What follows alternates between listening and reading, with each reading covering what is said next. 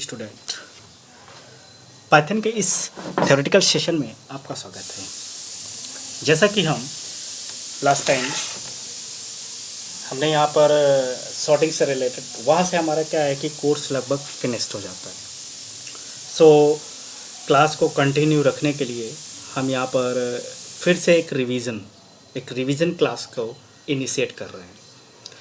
तो जिन लोगों ने लास्ट टाइम मतलब अच्छे से नहीं पढ़ा है, सो उनके लिए ये बहुत अच्छा मौका है कि आप लोग क्या कहते हैं स्टार्टिंग से रिवीजन ले सकते हैं।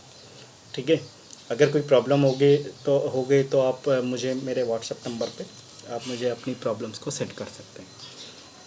So continue. तो यहाँ पर हम सबसे पहले स्टार्ट करेंगे पाइथन की स्टार्टिंग से। ओके, तो फर्स्ट यूनिट में पाइथन की स्टार्टिंग, यानी हम एक तरीके से फिर से हमने AKTU का जो सिलेबस दिया है उसके अकॉर्डिंग हम फिर से एक रिवीजन स्टार्ट कर रहे हैं। और जितना मोस्ट ऑफ द मतलब जितना हो सकेगा मैं आपको उतना रिवीजन कराऊंगा। ठीक है, तो स्टार्ट करते हैं। First, the Python is a simple general purpose high level programming language. Because अब जैसा कि हम लोग जानते हैं कि और अदर भी लैंग्वेज थी, जो सबसे पहले सी लैंग्वेज आई प्रोसीजरल, इसके बाद ओप्स लैंग्वेज। ठीक है, तो ये क्या है कि पाइथन एक जनरल पर्पस लैंग्वेज है। इसका यूज़ हम डिफरेंट टाइप के एप्लीकेशंस में आजकल करते हैं, जैसे कंसोल एप्लीकेशंस हो या डेस्कटॉप एप्लीकेशंस हो या वेब एप्लीकेशंस हो, मोबाइल एप्लीकेशंस हो, मशीन लर्निंग्स हो, AI जिसे बोलते हैं आप, मशीन लर्निंग में AI सिस्टम हैं, देन IoTs यानी इंटरनेट ऑफ थिंग्स एप्लीकेशंस हो। अगर हम इससे रिलेटेड कुछ एग्जांपल्स की बात करें तो जैसे हमारे पास यूट्यूब हमारा पाइथन पे बना हुआ है। अगर हम मोजिला फायरबॉक्स की बात करें जो वेब ब्राउज़र है, वो हमारा इसी लैंग्वेज पे बना हुआ है। गूगल पाइथन पे डेवलप्ड है। ड्रॉपबॉक्स इस डेटाबेस कंपनी है, ड्रॉपबॉक्स कंपनी एंड कोयरा वगैरह ये भी वही है। देन इंस्टाग्राम जैसे मोबाइल ऐप्स। तो हम क्या है कि पाइथन का use different application of area of different applications में कर सकते हैं। ठीक है, देन अगर मैं कुछ अबाउट बात करूँ पाइथन की, तो ये बहुत ही सिंपल स्ट्रेट फॉरवर्ड सिंटैक्स।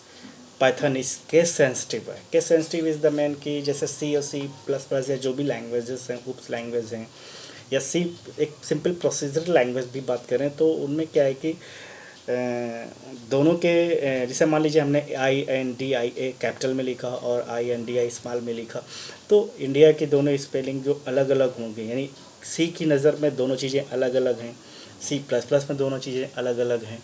ठीक है, ये ठीक है। और तो पाइथन में भी वही है, और it is an OOPS language.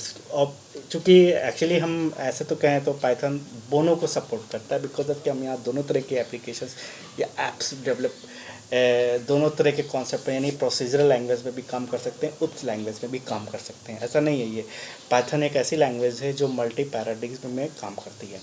Dynamically typed है। डायनेमिकली टाइप्ड का मतलब ये है कि जस्ट जैसे C में होता है, वो हमारे जितने भी वेरिएबल्स होते हैं हमें उनको यूज करने से पहले डिक्लेयर करना मस्ट होता है। ठीक है, उनको वैल्यू असाइन करना मस्ट होता है। तो यहाँ पर क्या है कि डायनेमिकली है, यानी हमें कोई ज़रूरी नहीं है बताना कि यहाँ पर हम जो भी यूज़ कर रहे हैं वो इंटीजर है कि फ्लोट है कि स्ट्रिंग है। ठीक है, डायनेमिकली टाइप्ड है, मतलब हमें कोई ज़रूरी नहीं है कि before the use of variable before the use of variable we could not and necessary for the that कि हमें उनको डिक्लेयर करना ज़रूरी है। ठीक है, देन इंडेंटेशंस।